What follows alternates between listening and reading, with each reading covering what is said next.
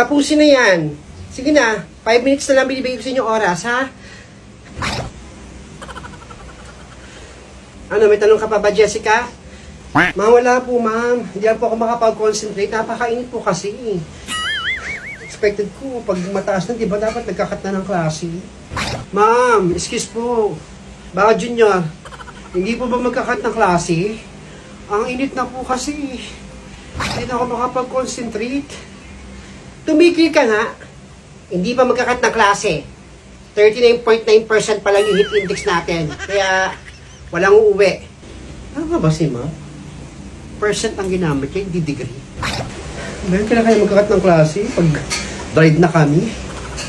Hindi na gumagana itong electric fan ko. Wala pa namang announcement kaya hindi pa cancel yung klase natin. Hindi pa naman masyadong mainit. Ayusin yung trabaho nyo ha, yung assignment niyo, yung gawain niyo, yung sitwasyon na yan, papasa sa akin yun ngayon.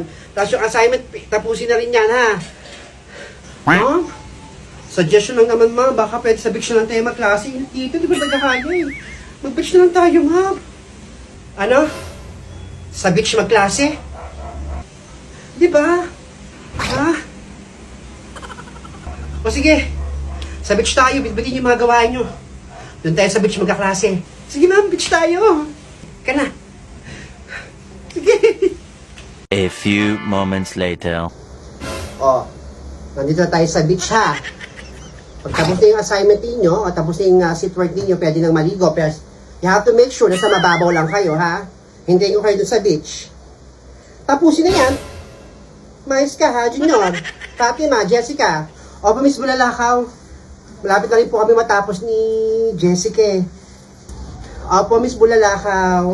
Check-checkan ko yan. Ilagay doon sa cottage natin, ha? Opo, ilalagay na lang po namin doon sa cottage. Excited na ako. Bisa mo naman dyan, ano? Jessica.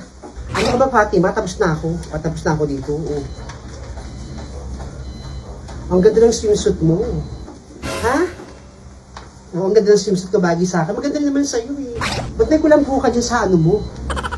Wala man lamok sa dagat. Ha? May kulambo? Eh kasi, di ba, itim ng singit ko, kaya tinatakpan ko. Buti nga ito, makinis yung singit mo. Yung singit mo. Ay, kasi na tayo. Ilagay natin ito doon sa cottage. O na, sige na, papasa natin ito doon. Junior, bahala ka dyan, namulan na kami. Ay ka na. Junior, alagay, bisa mo dyan.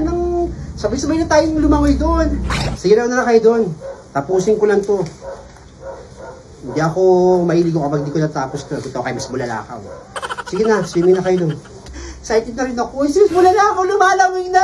Si Miss Bulalakaw, ay oo nga, lumalangoy na! Nauna pa si Miss Bulalakaw sa atin. Come students, come over here! Sinusunod tayo dito, dali! Lamig ng dagat, ang sarap! Buti nakapag-sunblock na ako. Mamaya ako check-checkin yung mga seatwork ninyo ha, pati yung mga pinakasan yung assignments. Swimming muna tayo. Sarap! Basta mo dyan, labi na rin tayo! Gusto ko na lumangoy. I love swimming!